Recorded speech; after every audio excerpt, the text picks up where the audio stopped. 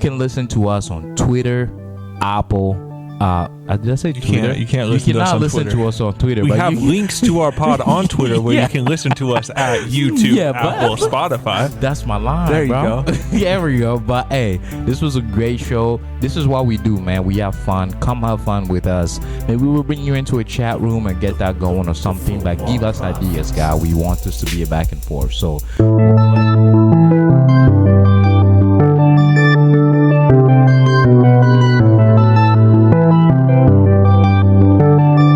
It's the Football Prophets.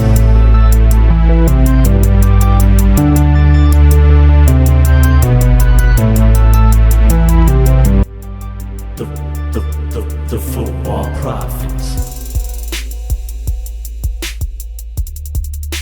What's up to the Ep9 family? Welcome to a new episode of Football Prophets, where two friends talk all things American soccer. I'm your host, Matchday, and I'm here with Coach David. How you doing today, bro? I'm doing well, my man. I'm excited for this podcast. Nice. It's going to be a good one. Ready to get into it after take 8.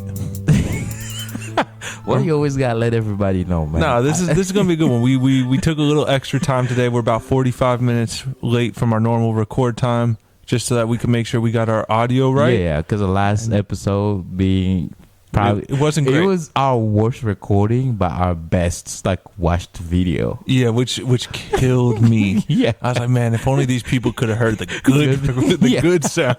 That's funny.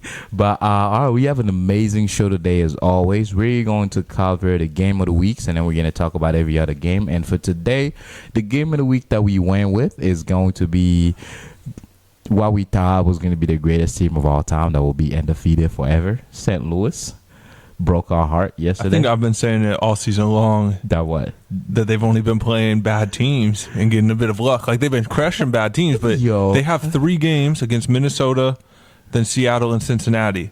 I said it, I think, on last week's episode, that if they can get 4 points out of these 3 games, I'll say they're legit.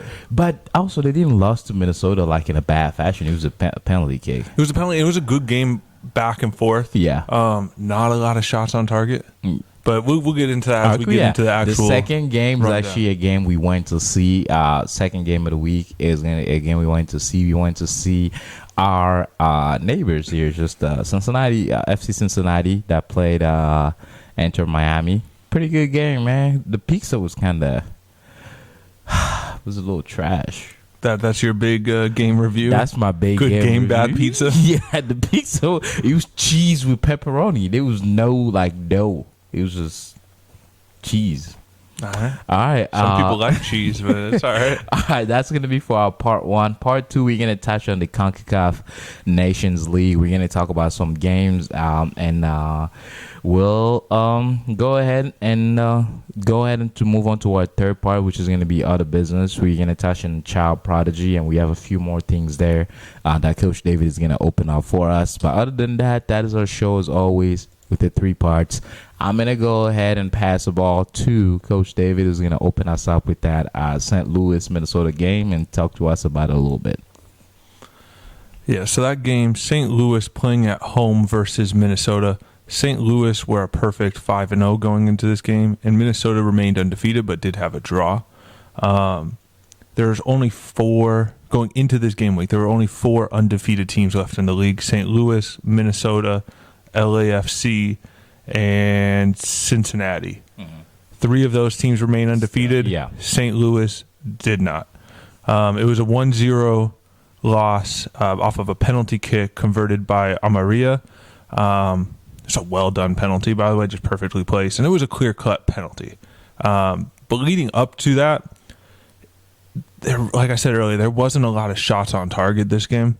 I think in total, there was a total of 26 shots, 4 of which found the target. 1 of those was a penalty, right? So that's not good. I'm not a math major, but that's not good statistics right there. Mathing. You want better percentage than 4 of 26 on target for both teams combined there. 26 shot and only 4 on target? I thought you said 16. No, 16 shots for St. Louis, 10 shots for Minnesota, 3 on target for St. Louis, What's 1 the on target for Minnesota. Isn't that close to 18% on target? I don't know, man. This isn't a math show. Hey, let me know if we I'm athletes. Right. Let me know if we I'm ain't right. mathematicians. All right. Man, I lost my train of thought. Oh, yeah. It was a good back and forth open game. At times you thought St. Louis were the dominant team, and then 10 minutes later there would be a window where you thought Minnesota was the dominant team. The interesting thing about this matchup, and I think me and Michelle talked off air last week about this, is that Minnesota is the first truly defensive team that St. Louis had to go up against this season. And they're a well-organized defense, like to sit back. They don't have a high line of confrontation, which means they like to defend close to their goalkeeper, not closer to the halfway line, right?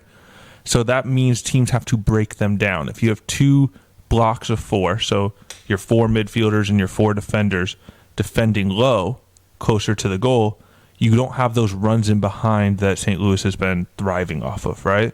So they have to figure out a more creative way to try to break up the play. And they couldn't, right? They didn't break it down. There's a few times they hit the post, but I mean, so did Minnesota, right? Both teams hit the post this game. Both teams could have had an extra goal each. Yeah. But the interesting thing here is, like I said, it's the first defensive team they've played against. St. Louis had not had between the two, let me put it this way, between the two of these teams in all of their games against opponents, they have only won the possession battle once. And I think it was Minnesota that had the one game where they led possession, right? So both of these teams are teams that don't need the ball at their feet, don't want the ball at their feet. Yeah. They want the other team to build up on the attack, get high in their half, turn the ball over, and then get a quick counterattack, right? That's just what both of these teams rely on, is not having the ball and pressing and winning the ball in advantageous areas. They do have players for that. They do, both teams. Yeah.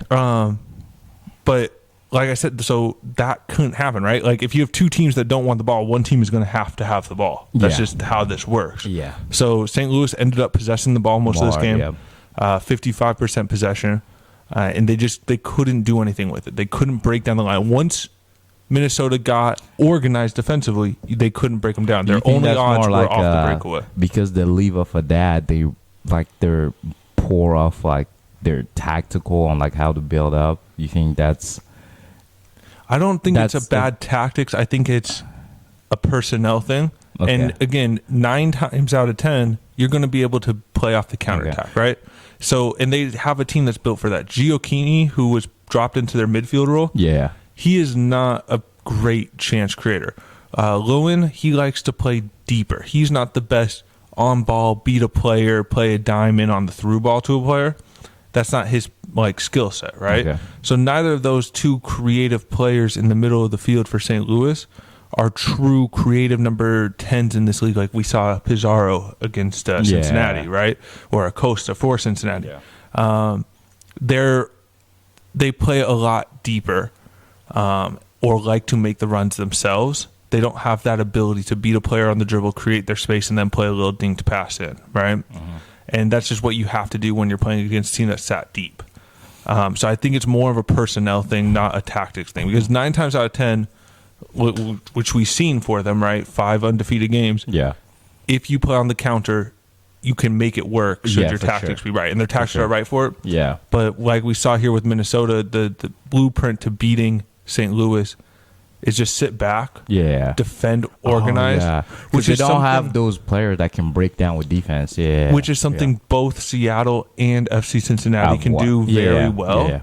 So this is going to be a tough 3-game match where you're going up against 3 really good organized defenses. Bring that up. Cincinnati kind of did it yesterday. They got especially after the second half, the possession tilted. And they were on their heels, but they did good. So. Yeah, it was solid defensive work. Yeah. And the Sounders are the same way. The Sounders this season have more possession than they have pretty much their entire time in MLS.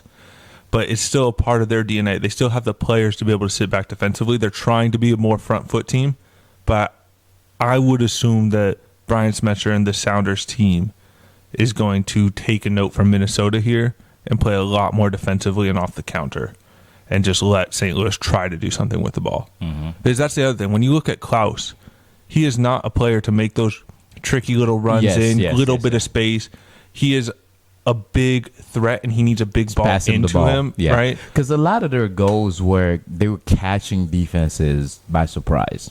They were just high pressing too, right? Yeah. And you can only do high pressing if the other team has the ball. Yeah. Look at that. Just Jinx, you owe me $5. Okay. All right. But that's essentially it for this game. I mean, there was a lot of back and forth play, but it wasn't the most exciting. Mm-hmm. It really wasn't. It was a tactical masterpiece by Minnesota. The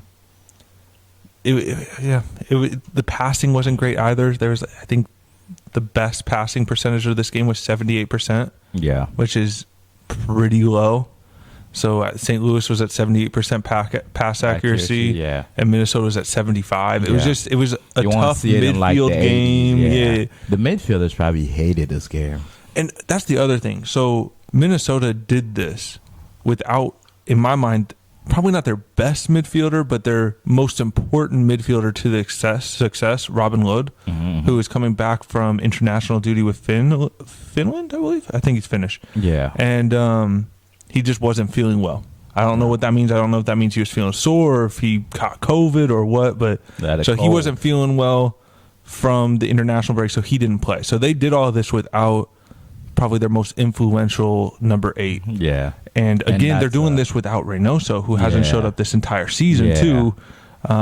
Which that's a whole nother thing. He's probably going to have to get transferred or cut or something, bought out of his contract. But they did that without 2 of last year's key pieces.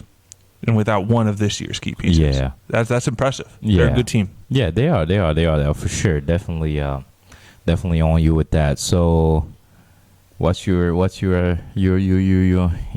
diagnosis with St. Louis? Are they still that team? So we talked about this. We were texting last night and Michelle's like, yo, St. Louis lost. They suck now. A little tongue in cheek. But you added the best for me or you garbage? And I texted him back. I was like, this might be sick, but I honestly think more of St. Louis after this loss than all of their wins. Yeah. Right? Because it was a close loss. Yeah. It wasn't a blowout by a great team. It was a penalty kick that decided it. Their defense themselves was very well organized as St. Louis. So I'm actually more high on this team after a loss than I was 5 straight wins. I got to give them kudos. I mean, the staff of the coach, the players that got everybody. That team for a first year team is doing wonders a little bit. Yeah. But my one worry is, like I said, they're playing 2 more good teams coming up in their schedule, their next 2 games. And if they can get 4 points, a win and a tie there, right? I will be high on them. Okay, but so if they continue to lose these close defensive battles, that worries me because then every single team will look at them and be like, we can sit back and defend, that's right? A blueprint, So they have to figure out a way to turn these defensive battles into points. Yeah, especially being like a new team coming in. If they figure it out, you're done. Finish the game only winning 5 games. But let me ask you this before we move on. Who do you think they have the higher chance of beating, Cincinnati or Seattle? Don't be a fan. I think Cincinnati has a weaker defense than Seattle. Okay. But Seattle plays a little more open this season than Cincinnati does. So I would say going off of just the blueprint of the season, I would probably give a slight edge to them beating Seattle. But knowing how Seattle can defend when necessary, we just haven't seen it this season. I think Seattle is going to bunker in it. If Seattle does bunker in and defend the way we've seen them in seasons past, they'll have a fairly comfortable win. And I think Cincinnati would end up being the easier team. Yeah. But it all depends on how Seattle sets up. Yeah, for sure. All right, cool. Well, that's... Anything else you want to add on that, Coach? No, that does it for me. All right, awesome. Good game there. Keep your head up, St. Louis. You might just win another game. But, all right, so let's move on to the Good pep talk, Coach. Got to keep him honest. But let's go ahead and move to Cincinnati, Miami. That's the game we went to watch. I was like 15 minutes late to the game. So, sat in my seat and started watching the game. Game was a pretty good game, balanced back and forth for the first half. Didn't see too many things. The first thing that I saw was minute 32. For me, that's when the game started getting exciting when Burner almost got a goal. I don't know if Brenner. I said Burner. Jesus. He burned him. Yeah, I burned him. But Brenner got a ball coming from the midfield, settled in his right foot and kicked it. And I think he was going in that ball, and it got deflected by the goalkeeper for a corner. That's my first time when I was like, hey, that's actually the first threat that Cincinnati put in. So I was kind of excited about that. It was a pretty balanced game for me, back and forth. Didn't see too many great things. What's the name? What's the thing? Inter Miami defense. I'm not sold on them, man. Cincinnati should have won this game more games. I'm not too sold on Miami's defense. I don't know what's going on, but the midfielder, the center back McVay is good, but I didn't like what I saw from him yesterday. I don't know if it's just me. Didn't really like what I saw from them yesterday. I don't know if you have anything to say about that, because I saw you pulled up your computer and you sat up. That's usually when you have something to say. Yeah, but so I'm not too sold on their defense. No, their defense isn't great. It's okay. Negri, McVay, Kristov, those three, they're decent MLS type players, right? Yeah. Their only really good defender is DeAndre Yedlin. Yeah. And he was doing good. Crossfire Redmond Academy, just like myself. Our DNA is in that club. That'll come up in a later episode again, but that's just me and DeAndre Yedlin, we built Crossfire Redmond. You guys should be in the same sentence, but all right. I mean, I like to do it as often as I can. I just walk across people on the street. I'm like, yeah. I used to know DeAndre Yedlin. I just pull it up in conversation. Someone's like, "What's my name?" And I was like, "DeAndre Yedlin's friend." That's it. I'm just his friend. Ask him about me. But yeah, that defense, I wasn't too impressed by yesterday. Cincinnati definitely should have had more goals, but they won the game, so I'm not too mad at that. One person that I did really like, and you keep bringing him up, is Pizarro. I like baller. I really, really, really liked him. And then around the 34th minute or so, penalty. He got what would have been a penalty if they didn't review the VAR. I just want to bring up really quick about Pizarro. Yeah. So he's a DP for Miami, and he is a Liga MX legend, right? Like he played for Pachuca for 4 years, Guadalajara for a season or two, and then Monterrey for a season. The guy can ball, right? Like his ability with the ball at times is the best in the league, right? Like Acosta level, right? Yeah. Luciano Acosta level. It's impressive what he can do, and I'm just waiting for him and Joseph Martinez to link up. So yesterday I was looking at Joseph Martinez, and I was looking at him play, and tell me this if I'm wrong, but he's more of like a positional striker. Like he has to have good surrounding around him. He's never been a beat the player off the dribble. Yeah, he is very good at creating a little bit of space for himself, and the ball comes, and he can just beat and that's what I mean by like positional. He's very. I was looking at him move and how he's like picking his. He's spot. a very smart. Yeah, he player. knows how to pick his spot, and I was like, oh, why is he standing there? And then the ball will come. I'm like, oh shoot, he saw it before. Pretty much all of us. Yeah. And that's one thing. And I was like, maybe when he caught on fire when he was in Atlanta, was it just him taking advantage of what was around him? In Atlanta, they had at that time he had some of the best playmakers in the league. He had Miggy Almiron, who's now a baller for the third best team in the Premier League. Yeah.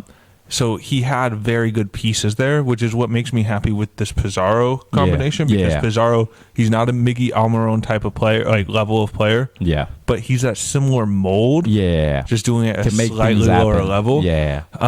So I'm really excited about that. But I think this isn't the best game to showcase Joseph Martinez's positional ability. Yeah.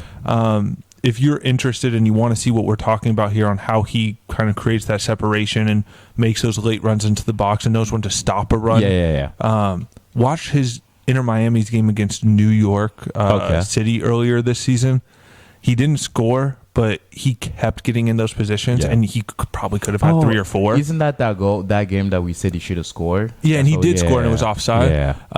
But so yeah, if you're listening to this and you want to see what makes Joseph so dangerous, even though he's not putting the ball in the net, yeah. Go back and watch that game of Miami versus New York. I was thinking, I was like, yo, it is hard for me to think that someone will have this drastic of a fall. You know, where like now we're like going 6 games into the season, and nothing is happening for him. But I was like, yo, I'm gonna watch him, and I watched him play. He didn't score, nothing happened, but I really liked his movement, so I'll give him that. So I can't wait for him to get back in form and get some of those goals. And then what happened is I went to get a pizza. And I'm just gonna say this now because it's on camera or on air. You say pizza with a K, and you keep denying it. I didn't say. But I need you to rerun this and listen to it. You put a K in it every time, man. Pizza. That's good. That's good. That's but when you don't think about it, you put a K into it, and it's weird to me. Oh, I don't do that. But all right, cool. All right, so listen to this run back. But I went to get a pizza, and Cincinnati scored. I was so mad. Man. I was so mad. Apparently, there was a cross in the box, and the defender, what's his name, Mosora? Am I killing this? Mosora. Yeah, close. Mascara. Where's the K? It's a Q. There's no Q. That's an A. Oh, that's a Q. That's a Q. Mascara scored a goal, and that was pretty much it for the rest of the game. Although Cincinnati had some exciting almost goal. One thing I gotta say, man, I really do love Acosta. This man's gonna be a Cincinnati legend. He's gonna be like, he already is. And DC legend. You remember we talked about it a while ago that Wayne Rooney play that is so famous where he tracks back on defense. Yeah. That pass Rooney made was to Acosta. Oh, sure. Didn't even realize that. But that wasn't like that long ago. But I mean, like the longer he stays with Cincinnati, they're going to build him like a house near the stadium. This dude is good. Like he's really good, and he's like he's a captain now, right? I think he's a captain, and his demeanor is so great. Every time they try to get into a scuffle, he's there like pushing his teammate back, telling them it's cool. So I really like that about him. And then last thing I wanted to bring up was Barella. Barrial? Barrial, yeah, that's it. Alvaro Barrial, if you listen, I apologize. Barrial. Y'all need to get some regular name like Smith. I don't know. Guess what's your last name again? Chimanga. Yeah, that's more regular than Barrial. Or what's it again? You got it. Yeah, Barrial. But beautiful cross, man. The Rabona behind, like where you wrap your kicking leg behind your plant leg to kick it in. And Rabona, it was like beautiful. 89th minute or something like that. I gotta relook at it, but he sends it in. And my boy, what's his name? I have it in my note. Let me pull out my note. My guy. Let me pull out my note and call him by his name. What's his name? Great airtime right now. Killing this game. I'm killing it. But what's his name again? Is this Santos? Is it Santos? Yeah, Santos. What a header, man. The near post was wide open. The kid has just directed it to that goal. That would have been a great highlight. They would have went home singing praises to him. And I don't know if he meant for it to be a pass. No, not a shot. You're number 9. You're going for goal there. It was just a bad header that ended up at the foot. Was it Dominic Baji whose foot it landed to? Yeah. And Baji wasn't expecting it. And he just went in and went over the bar. But that would have been an insane highlight, man. It would have been, because the one thing, he was also in front of me. I was looking at it, and I wanted that to go in, but it didn't. So that was the other thing I wanted to bring out. Other than that, game ended 1-0. Great game. I'm starting to become a believer in Cincinnati. Let's put it that way. I'm starting to become a believer. They're a good team. Yeah. And just for context, when we were talking about the previous game, the St. Louis game, how the best passing accuracy was 78%. This game wasn't incredible either for passing. Yeah. But it was 84%. And that's notable, right? Yeah. That's a B grade versus a C grade. Yeah. Right? Like that's noticeable, and this still wasn't a great passing game. Yeah, for sure. And then one thing, like I mentioned with like Cincinnati, what was the possession here? Let me pull the stats up. Cincinnati to win this game, and this is why I'm like you bringing up St. Louis. I'm kind of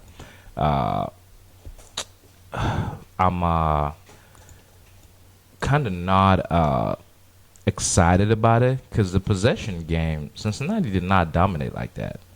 Cincinnati did not dominate like that. What's the possession? 38 to 61. What, 38.5 to 61.5. So we can just go 38 to 62. Miami dominated. But if you watch that game, Miami just couldn't really make anything happen. You know? Because Cincinnati plays with a 3-back system. Yes. So and their midfield is like... Miami likes to get Pizarro in advanced positions. Yeah. So it's almost like if you're going up against a 4-back system, it's kind of like 2 attacking players versus 2 center backs. But now you have the 2 versus 3, and you don't have the numbers there. Yeah. And that makes it where you need a playmaker. Yeah. Which Pizarro can be, but to do that, he needs to sit back a little deeper. Didn't I ask you that? That was the first thing. I was like, was Pizarro kind of playing like that 9 with what's his name? With Martinez? And then you were like, no, he's a 10. I'm like, yo, this dude playing high. Like, he up there. but yeah, other than that, yeah. But I like the one thing I want to give a shout out to the jersey number 8 of Cincinnati, Anolo. I think that's his name. I said it right. Angulo, but where's the G? Angulo. All right. All right. Cool. Well, I really liked him. I really liked him yesterday. Really good defensive-minded player. I like his presence. I really do. But that's pretty much it. Okay. Yeah, he's a youngster. I think he came from Guatemalan league. This is his first year in the league. He's not meant to be starting. What's his name? Their DP or TAM level 6, who is currently out. But Nwobo. Okay. Nwobo would be starting in that position. And he's a baller. So this guy, he's supposed to be more of a bench player, coming off the bench, giving that support late in games. But because of Obi Nobodo being out, he has to come in. Yeah. And I think he's done really well the last couple of games. I watched him yesterday. He was doing really good. All right, cool. So that's it for the 2 game of the week. And we're going to go ahead and start with some of the rest of the game. I'm going to just call them out, and you're just going to tell us a little bit about it. First game I am going to start with is I am devastated by this. But let me go find that LA Galaxy game real quick. I know where this is going. Yeah.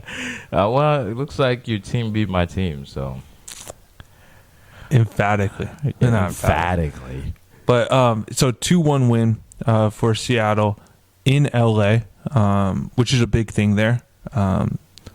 You have to get home performances in this league, right?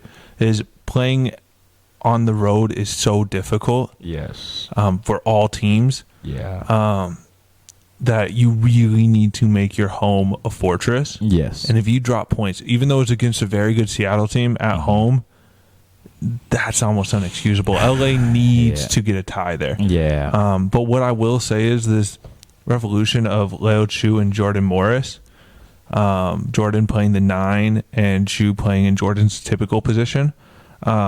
It's amazing, right? Like last game, Morris scored 4 goals, Chu got 4 assists. Yeah, right. Yeah. This game, Jordan got a goal, and Chu got a goal and an assist. Yeah.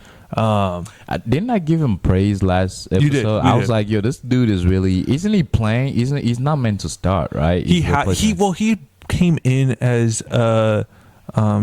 U22 initiative player, so a big money youngster, kind of like your boy Gomez in RSL. Yeah. That was last year he came in, and it just wasn't clicking for him. Yeah. But I think part of that is his way of playing is kind of similar but less direct than Jordan Morris's way of playing. So when you put them both on the field together, I think that's a really good combination. But I don't think he links up with the likes of Raul Ruidiaz very well. Yeah. I think they're way too different of players. So I think when you have Ruidiaz on the field, you may want to. You have to have Jordan playing the left. Yeah. But right now, This is crazy to say. Yeah. Because Ruidiaz is such a good player, but he's also had some injury problems in the past. He might lose his job. Well, I don't think that Smetzer is going to change the lineup. I think as long as Morris and Chu are working, you're going to keep your DP number 9 on the bench, which is crazy to think about. But what's working is working. And Smetzer has showed this in the past. Yeah. Roman Torres, I think in 2016-17, went out with an injury for a little bit of time. Yeah. Or no, he was on a suspension for PEDs, performance enhancing drugs, which was there was just a substance in one of his substances that he got for his protein. Took roids. So it wasn't roids, but he was using a supplement he got from like Super Supplements. It was just a generic over the counter type of supplement, but it had an ingredient that is illegal for the league. So he was serving a ban for that. And in that time, another defender came up, was playing very well, but Roman Torres, he was one of the best defenders in the league.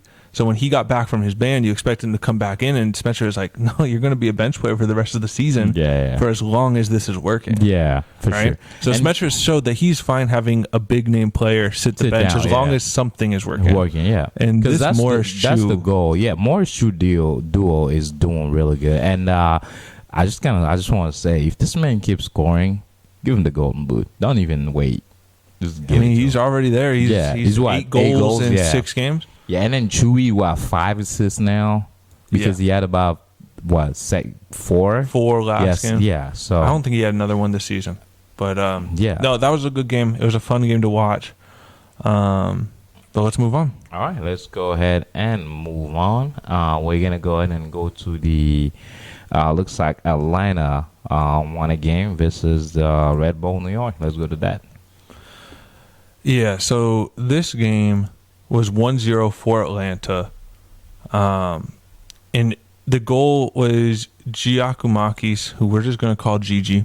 Georgios Giacomakis, Gigi. 7th minute. He it was early in. I think this is his second goal of the campaign for him. Again, he came in late because of visa issues this year. Yeah. So I think this is only his second or third start of the season. So he's doing pretty well with the new team. But yeah, 7th minute, the number 7 scores. And it was off of a rebound, which I think was what his first goal of the season was too. But the keeper, Carlos, he spilled it bad, right? So Carlos Coronel, he is, I think, 26-year-old Brazilian. One of my favorite goalkeepers in the league. But he had his angles wrong on that one when he had his hips turned to try to put the ball down and pat it down, and it spilled right into Giacomakis' feet. And yeah, 1-0. It was simple. 1-0. All right, awesome. That's good. All right, so let's talk about Brothers from is Columbus North? Yes. All right, cool. So north of Cincinnati, we have Columbus, who beat Salt Lake. Real Salt Lake 4-0. What you got for us there, Coach? Anything you saw there? Yeah, I saw a lot of goals. A lot of goals? All sort of goals. PKs, like late-minute goals. Yo, Columbus fans are being spoiled the past 10 goals. Yeah, and I think last game they were like, we want 7, we want 7. And we talked about those chants. Yeah. After 3 goals today, they were going, we want 4, we want 4. And I'm just like, man. And then they got a last-minute goal, yeah. But I think actually the most impressive thing here is the young man that got the brace in this game, Aiden Morris, with 2 goals. Morris, yeah. You did tell us about him. You sung his praises last episode. Yeah. So the thing is, I think he got a goal that game too. And but he is a defensive-minded midfielder, right? Like, not a true 6, not a true 8. He kind of flips that role a little bit in between the two, but a defensive-minded midfielder, 21 years old, an academy project, so coming out of Columbus's youth development teams. He's going to be something very, very special, and I am very excited to see his future with the club in the league and probably the U.S. national team. But that's the main highlight there for me. And the very first goal was just a beautiful finish. It was off of a back heel pass from Zella Rayon, who got the third goal in this game, or the second goal in this game. And it was just a beautiful, well hit finish by Aiden Morris. That was probably the best goal of the 10 goals Columbus has scored in the last 2 games. Yeah. So well done, Aiden Morris, and well done, Columbus crew. Yeah, keep it up. But all right, well, let's go ahead and move on to New England that play New York City. Ended up being a 1-1 affair. Yeah, so that finished 1-1. Carlos Gil got the 70th minute goal to put New England up. Yeah, and then 10 minutes later, Talles Magno off of a header, off of a corner kick, equalizes. Talles Magno, he's interesting. I still don't know what his best position is, and I don't quite know how he fits in tactically with this New York City team now that he is being asked to be the goal scorer. Yeah. But we've seen so many different types of goals from him. Headers, good finishes, shots from deep, beating players off the dribble. Like, just so many different types of goals. It's impressive. And he's young, too. So it's just, he is going to develop into a great player. I just don't know tactically how he fits in exactly with this team yet. Yes, sir. All right, awesome. So that is it for that. We're going to go ahead and move on to Nashville. Went back doing what they do best, scoring goals. So 2-0. Yeah, so that was Hani Mukhtar special with the goal and the assist. He assists Fafa Picault in the 28th minute to make it 1-0, and then he gets one of his own in the 74th minute. Would you say the MVP's coming back? I would say so. He's looking like Joseph, or not Joseph. He's looking Martinez. like Hani Mukhtar. He doesn't look anything like Joseph. They're completely different players. But the big thing for me in this game was there was a combined 831 passes, which for, say, La Liga isn't a lot. But for MLS, that's a lot of passes. Probably close to double the amount of the St. Louis game. So with 74% accuracy. Yeah, and again, Nashville is another defensive team. So it was very interesting to see them. They were outpassed by 231, by the way. Yeah. So, like, the possession was 65% in order of Orlando. Yeah. But for them to get 2 goals while you're sat defending, that's vintage Nashville. And that's just, it's fun stuff for me as a tactical side of things. It's not great for the average listener or viewer who wants to just see goals and explosive play. But, man, they do it tactically so well, Nashville. But 2-0. Yeah. And I want to bring up the accuracy again because I don't want people to think that you're being too harsh with, like, St. Louis being at 70, 74 or something. Yeah. You know, we're talking about Orlando doing good, still at 88%. That's like, all right, now we're getting there. It's not like the greatest. So that's a good end for it. Yeah, that's on the good end. That's not. Yeah, that's what I'm saying. It's like we're getting end. there, yo. So don't think coach is crazy because people are gonna be like 70%. So all right, cool. All right, let's go ahead and move on to. Yo, I'm surprised at this game, man. How did Philly go 0-0 with SKC, man? How did that happen? Again, the shooting accuracy here is not great. So there was a combined 30 shots and a combined 8 on target for 0 goals, right? That would be about 22%. Yeah, accuracy, and also 0% from shots on target to goals, right? Yeah. Like, that's not great. When you see 8 shots hit the frame, you want to see at least 1 or 2 go in. So, yeah, not great there. 27%. And the passing accuracy in this game was bad. Both teams are 71 and 72%. Yeah.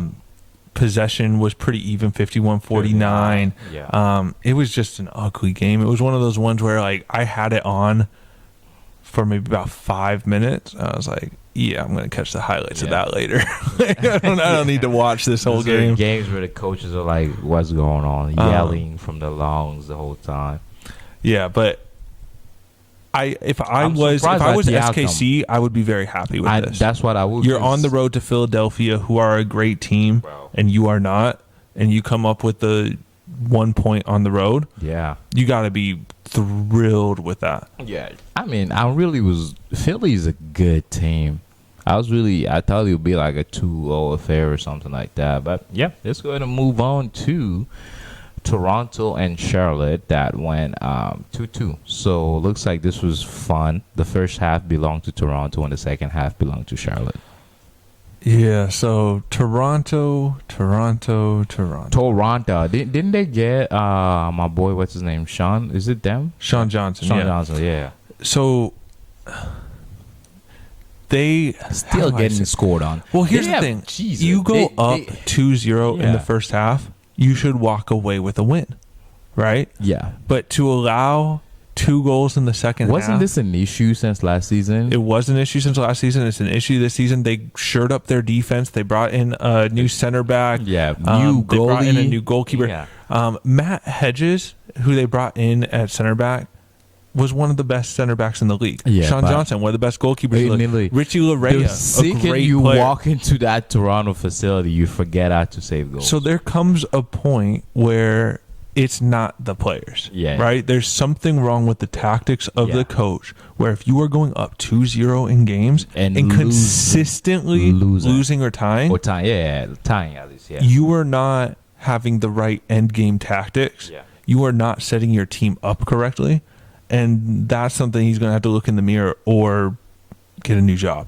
right? Like you just can't do that. They just need to And they fire him and get a new coach. consistently- Yeah. They've consistently blown leads.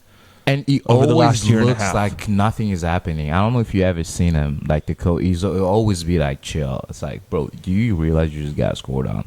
I don't know if he's like annoyed and doesn't want to be too animated by the side, but I'll be yelling. I'll be cussing at those players, man.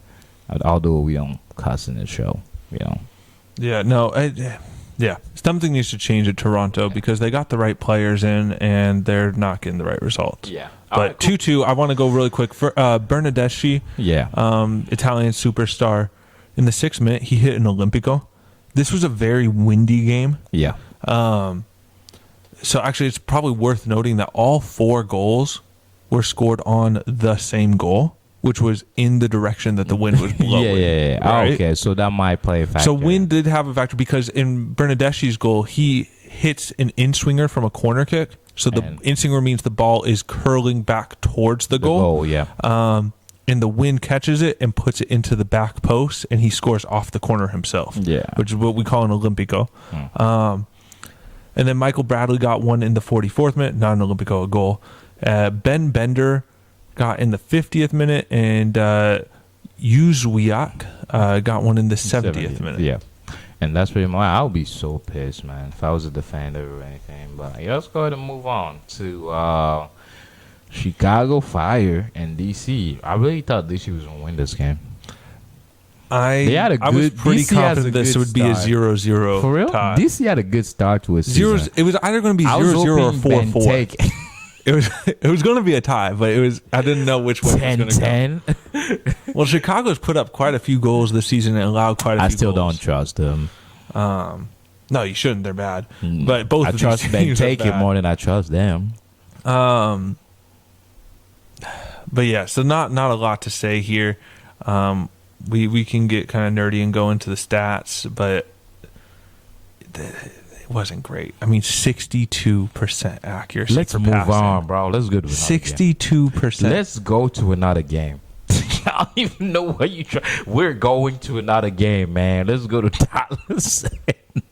I'm so sorry, Chicago. Like how I could accidentally hit better passes than 62%. Today, like with no training, we could go out there 62%. and I think we'll be around the 65, 70, you know. That is bad. Yeah. Man. Bro, let's go to Dallas and Portland. Let's go to Dallas and Portland, man. I can't. I'm sorry. Like that's borderline just retire. Like what are you doing as a collective? 65% passing accuracy. I was gonna say so. Just go home. What do you think Wayne Rooney's thinking? Does he think I should be in England sipping tea right now? Whatever he's thinking, I'm sure we can't quote it. Like there's a lot of cuss words. I should be sipping tea in England right now. It was look at me here watching ugly. these. 62% pass accuracy with 42 possession. Like my God, this was bad. Bro, let them be, man. Dallas went 1-1 with Portland. How about we talk about that one? That's another tie. And that was actually one I was really excited about. Two decent Western Conferences teams going up against each other. And yeah, it was a good goal by this is a tough one. Quignon, I'm gonna say Facundo Quignon. In the 74th minute to put Dallas up 1-0. And then Frank Boley, who I'm a big fan of him, but yeah, a 90th plus 1 minute goal to equalize. And far better passing accuracy. So I'm happy.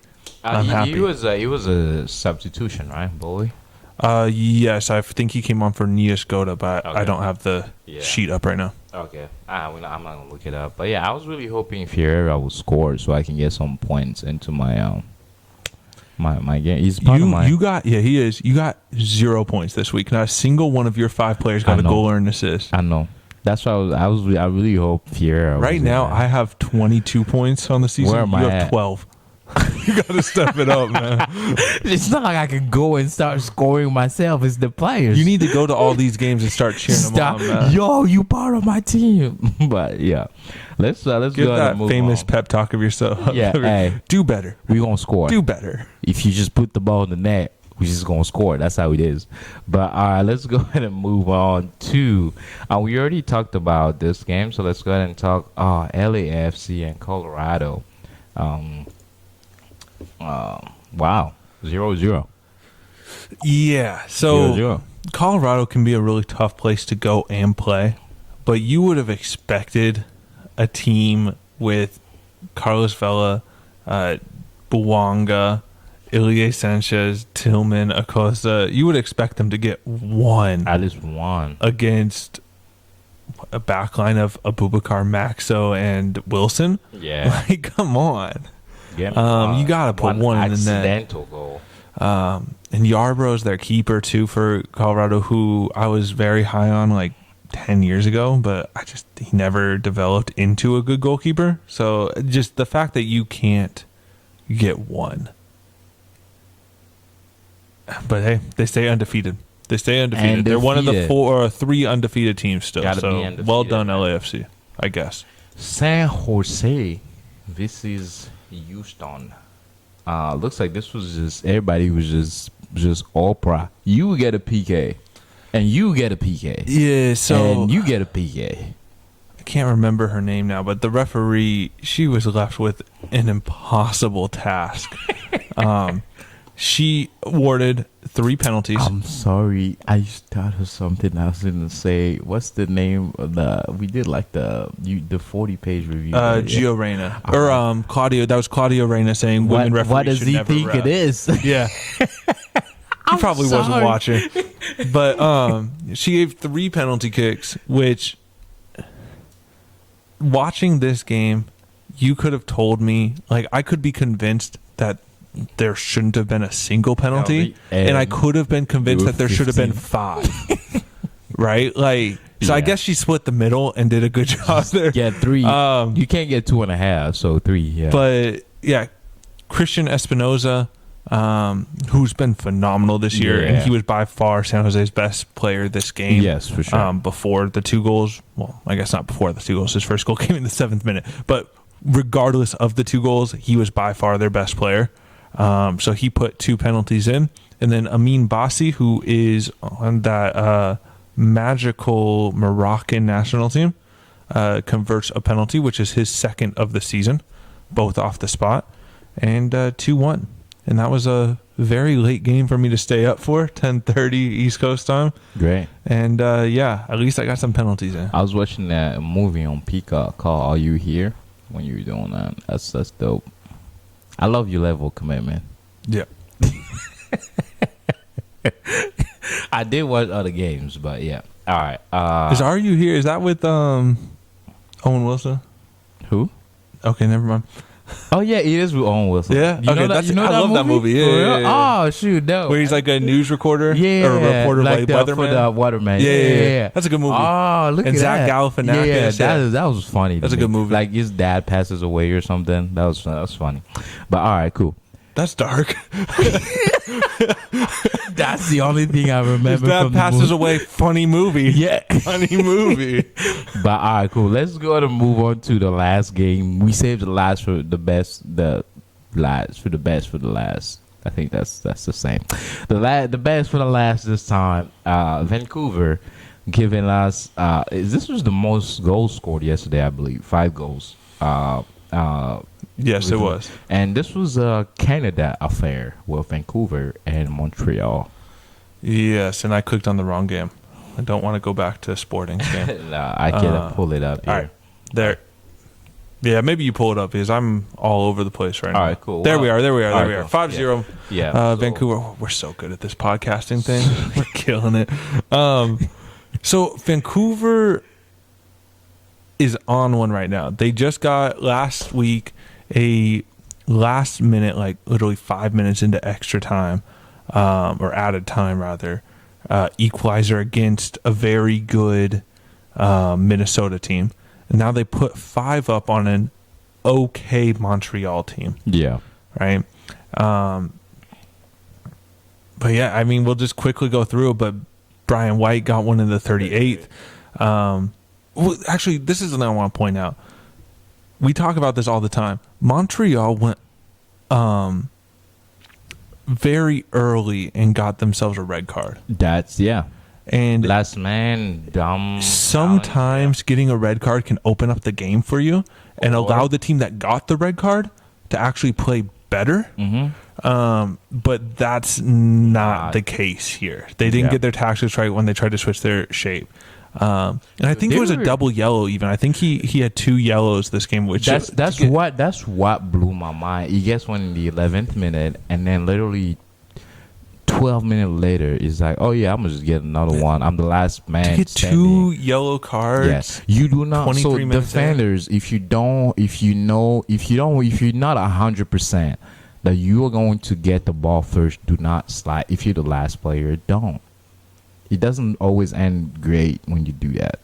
Like, you have to know the angle. You have don't. That's always something I say. You can disagree with me, coach, but I just push him off, show a different angle, contain until people come. But if you're not 100% sure you're gonna get the ball, don't go for that challenge. I don't know if it's just me.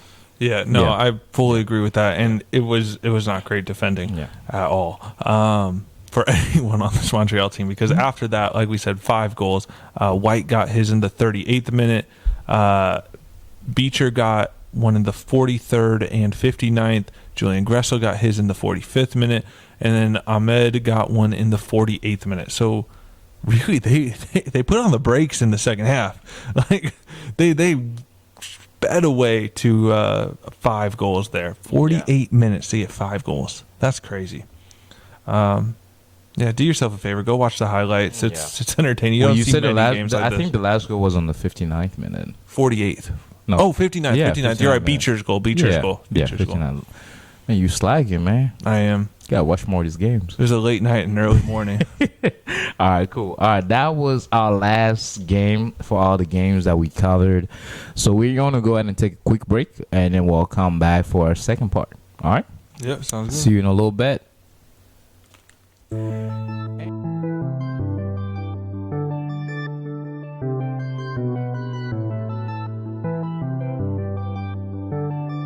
It's the football. And we are back for a second part. We are going to touch on the Concacaf Nations League. Nations League, but yeah. Nations. You about to say National League? I was about to say, you caught it. I almost kind of messed myself up there. But yeah, that's we're going to talk about that. Review the Matchday 6 and semifinals and make some prediction here. So what you got for us on that, Coach? All right, so this is the second ever CONCACAF Nations League. If you watch European soccer, you've probably heard of the Nations League before. It's been around for a few years now. But it is a very interestingly structured tournament that can go into qualifying for the World Cup, which obviously the U.S., Mexico, and Canada don't have to worry about because they're already going to be qualified because we're hosting the next one. Yep. But there's tiers to it, right? So there are 3 different tiers of this CONCACAF Nations League. So essentially, the worst teams in North and Central America are in tier 3, and then the mediocre teams are in tier 2, and then the best teams and nations in the region are tier 1, right? Okay. So if you do well in tier 3, next tournament you can move up to tier 2, right? And then that's how you move forward. But tier 1 is where qualification can take place for the bigger tournaments. So we are going to focus on tier 1 today. The match day 6 of the group stages. So the last game of group stages happened on March 26th and through 28th. Yeah. Mexico tied Jamaica 2-2. USA beat El Salvador 1-0. Canada thumped Honduras 4-1. And then Panama beat Costa Rica, even with a red card, playing down a man 1-0. The importance of this is that it shapes the semifinals. There are 4 groups. The winner of each group goes straight into a semifinal match. Yeah. So Panama, Canada, USA, Mexico all top their groups. Yeah. And we are getting a USA Mexico semifinal. Last Nations League, fun. They met in the final and USA won. All right. So USA won the first ever rendition of this tournament over Mexico. So now we're facing them in the semifinals. Winner of that game will play the winner of Panama, Canada, which you have to assume is going to be Canada. Yeah. So we could be looking at USA Mexico or semifinal and then a USA Canada final. So that would be amazing. Let me ask you this: do you think whoever wins the USA Mexico has a higher chance of going in and winning the final? Yes. All right. I think this Canada team is very good. Yeah. Very, very good. But they're unproven in finals and tournaments. And they're going to have to get more final experience before they start winning finals. This is not any slide on them, but, bro, we played a little bit at high school when we were kids. It's rarely I was like, oh, my God, I want to go play soccer in Canada. I don't know. Just, okay. It's too cold for you? No, they're not like a nation known for like. They're starting to. They're starting to be that. No, but hey, prove that to me. That's won qualifiers for the last Yeah. World Cup. They were the best team in the region. Bro, you need to do more than one. But so that semifinal match, Canada Panama will be 7 p.m. June 15th, and then Mexico will be 10 p.m. the same day, and then 3 days later on the 18th of June, we will have our final. Bro, I'm still laughing at too cold for you. That's the reason I don't want to go play in Canada. Yeah, it's too cold. Yeah. I mean, I can't think of another reason why if someone offered me money to go play, I would play. Bro, they got to offer me millions to go play in Canada. Okay. All right, but so I want to do a quick little prediction game. We kind of already went over this quickly, but Panama, Canada, what do you think the score is going to be? I'm gonna go ahead and First of all, let me pull this back up. I'm gonna predict that Panama gets another red card. So since they got one last game, and then I'm gonna say Canada probably 2-1. I had 2-1 as well for Canada. Yeah. I just think it's not going to be the prettiest game ever, but they're going Yeah. to get away with it. Yeah, this Panama boys. And I think this is held in Panama. Or it might be Vegas. I can't remember. It's either in Panama or it's in Vegas on neutral ground. But I think it's in Panama. Do you think soccer players from Canada are also nice? Like how their reputation is? Yeah. They're like, just you foul them and they're like, thank you. And help you up. Yeah, of course. They're Canadians. All right. I'm just thinking, I don't know why this is all going in my head. But Didn't Alphonso Davies get like Humanitarian of the Year or something like that for UEFA? I don't know. Their left back, left wing. I'm pretty sure he's a So, great guy. Do they have like, this is like, I'm totally ignorant about this, right? If they had a great league, why is this just because of like Montreal and all those teams, Toronto are closer to the US? That's why they're like in the MLS. No, I mean they just don't have a great system there. All right, let's move on then. Yeah. So I'm right. All right, so US Mexico. But that doesn't mean that they have like most of the US players don't play in the domestic league. Most of these Canadian players I think play outside of the domestic overall thing here is that I'm right. The MLS is better. All right, cool.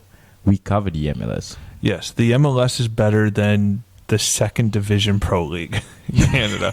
You're right. You're right. Big win for Bichet.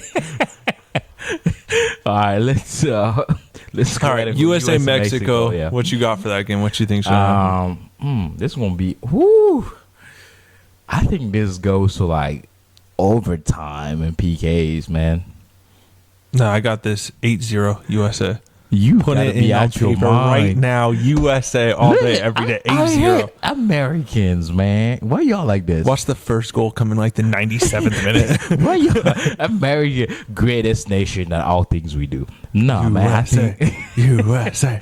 I think this is game. I don't know. I'm kind of. No, it's gonna be a good game. It's gonna be. I know it's gonna. I know it may not go PKs, but I'm kind of scared to predict the score. And they actually play each other here coming up in April. Yeah. In a friendly type of thing. Isn't always been like a back and forth with Mexico? Yeah. Typically Mexico's been the better of the two, but recently USA has had dominance. Yeah, USA is definitely improved. But yeah, we're playing a friendly against them, which is almost going to be all probably going to be all MLS and Liga MX players. So it's not going to be the true teams that we will see at all, but it will be a fun little preview to this game. So look up for that USA Mexico game coming up. So let me ask you this. I wanted to ask you this a long time ago, and I can look this up, but I just don't want to look it up right now. Is Christian Espinoza born American? Or does he have an American nationality? I do not believe so. I think he's Argentinian.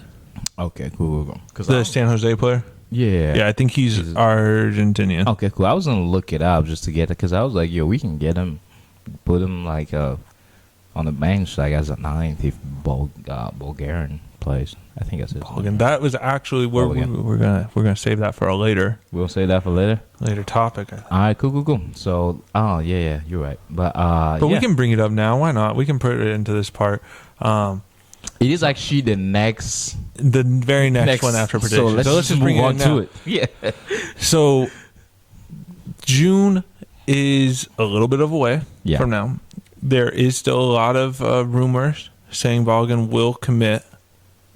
Do you think Balogun will commit by that date? And if he commits, will he go straight into the team and start against Mexico?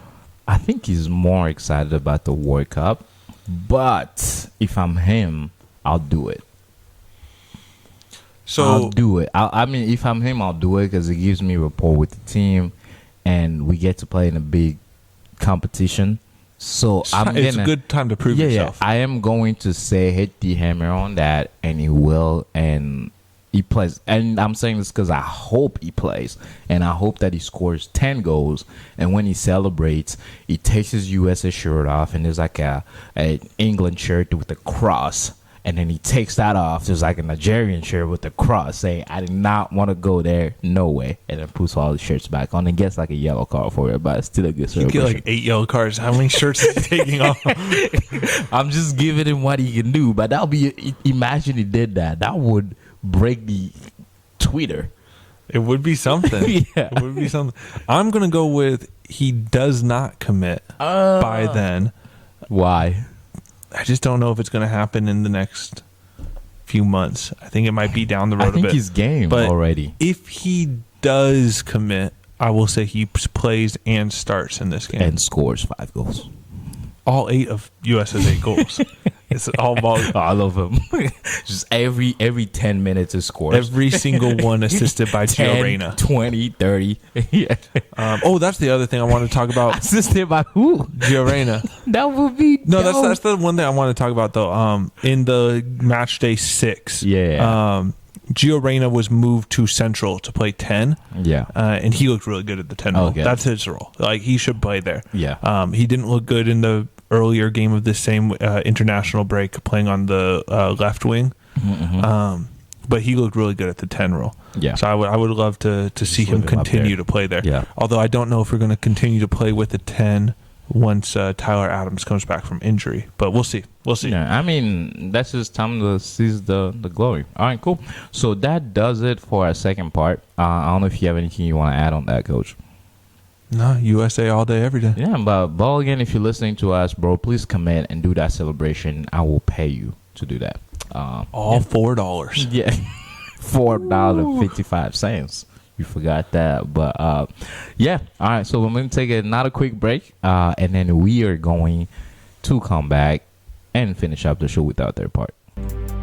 The football prophets.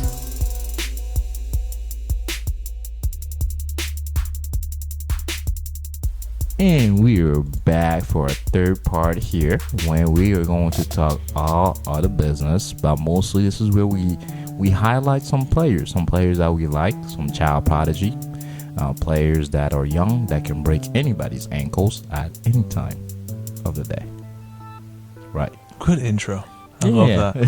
Yeah. All right. So my who you got for child us today? prodigy of the month is a Kiro Figueroa. He is a very, very young dual national. He currently plays in the youth academy set up for Liverpool, which I hope everyone here has heard of. Liverpool, please. I just want to point out this kid was born in 2006. Wow, I'm old. Yo, what does that make him, like 13? 16. 16. Wow, why did I think 13? 16.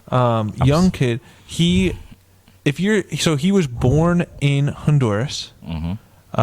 He is a U.S. national. He has played for the U.S.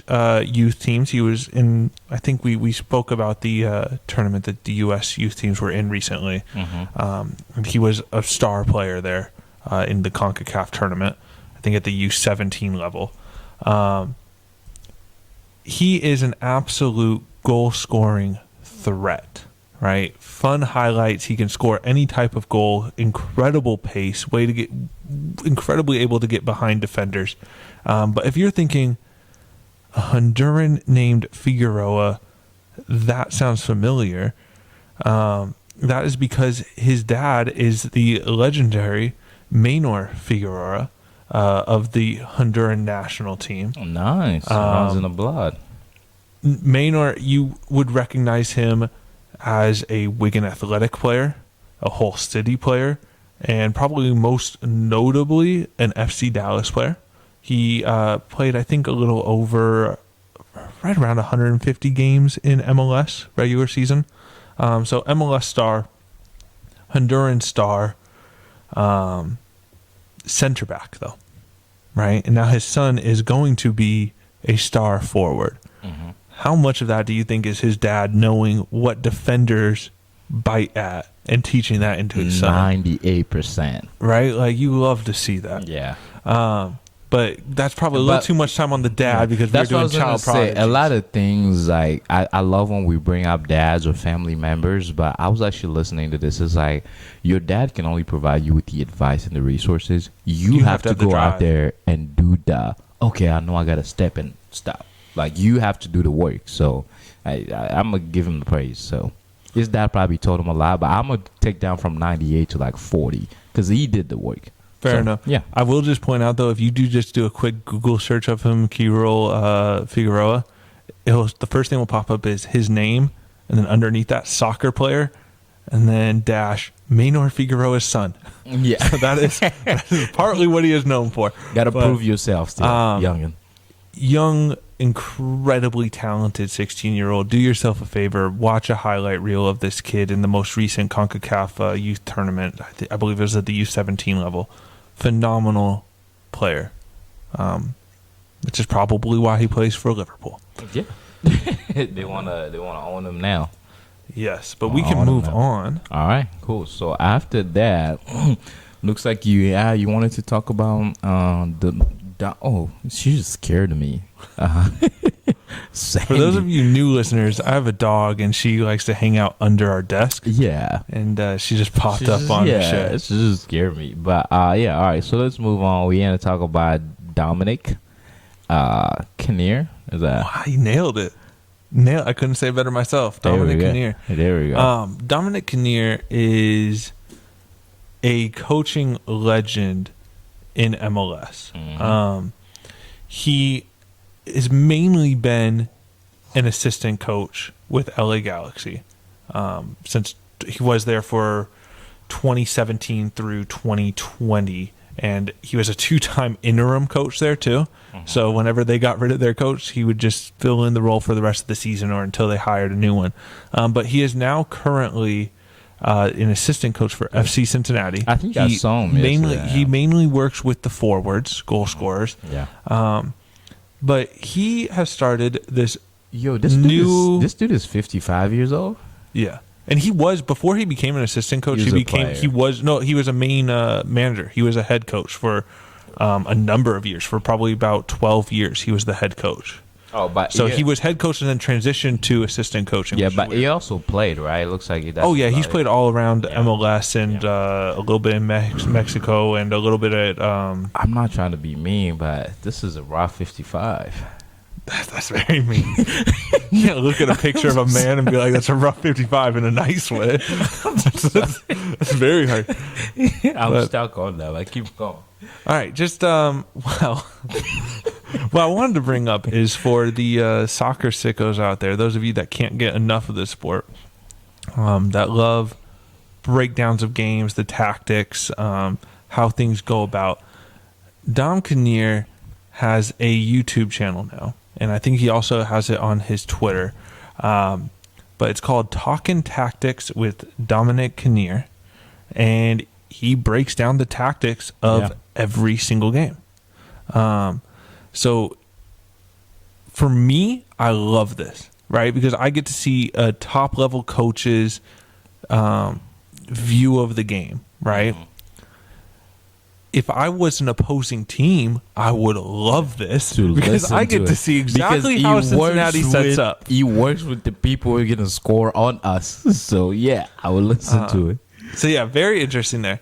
But I think Talking Tactics actually used to be a podcast that was hosted by Cincinnati Soccer Talk, and now he took over. But it's also hosted not on a different channel. It looks like on the FC Cincinnati channel. Is it through FC Cincinnati channel? Yeah. But very, very interesting stuff that he goes through. If you're a student of this game, it's a great listen, and I guess get your notepad, right? Yeah. But yeah, half of me absolutely loves this because I'm a coach myself and I want to learn from the best there is in this country, and Dom Kinnear is definitely one of those. But the other side of me thinks if I was his head coach, I would say, stop. if I was the I will FC pay Cincinnati you owner, more. why are you doing this? Like, why is Cincinnati doing this? But I like how he's like pausing it. See how like I'm looking at it. I just don't have the volume. Oh, it's very well done. Yeah. Like it's a great but thing he to watch. starts on how the builds up. Like he's talking about how the building up is. That's pretty dope. But so I just wanted to throw that out there for you. He's like, yeah. If we aren't satisfying your need for soccer, You know Dom what? Kinnear will. You know what this reminds me of? Do you know like when basketball and like the NFL do like what's called like ESPN details where they break down Yeah, film? and they get the little circles and the this arrows is this out. is like Very similar. the very same similar. vibe. Yeah. But that's pretty much all I got. I wanted to Give him a share what is a young prodigy to the world and what is apparently a poorly aging 55-year-old to the world. What you had to say it like that? That was mean. He's average. But yeah, that's all I got.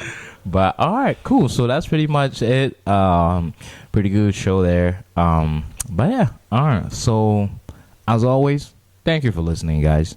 We are happy that you're here. Please tell a friend who knows a friend who's gonna tell another friend who may tell another friend about us. So if you follow that order, That's gives more us, friends than Michelle has. That's a lot of friends. it's by choice. It's by choice. All right. Just not your choice. Someone's choice. Somebody's choice out there.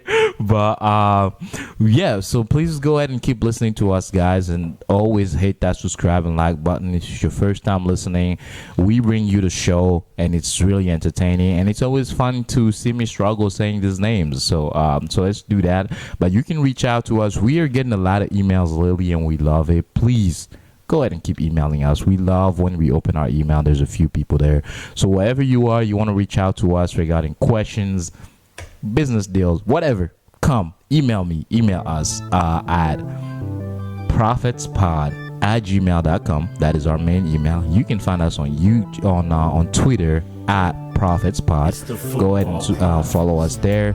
Coach David posted some amazing thing. I don't have Twitter, so I went ahead and just looked that up. I always look us up, and you do a good job with that, Coach. I just want to bring that up. Do what I can for a man that doesn't do any social media.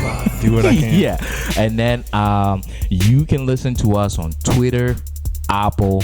Did I say Twitter? You can't listen to us cannot on listen Twitter. to us on Twitter. We but have links to our pod on Twitter where Yeah. you can listen to us at YouTube, Apple, Spotify. That's my line. There you bro. go. Yeah, there we go. But hey, this was a great show. This is what we do, man. We have fun. Come have fun with us. Maybe we'll bring you into a chat room and get that going or something. But give us ideas, guy. We want this to be a back and forth. So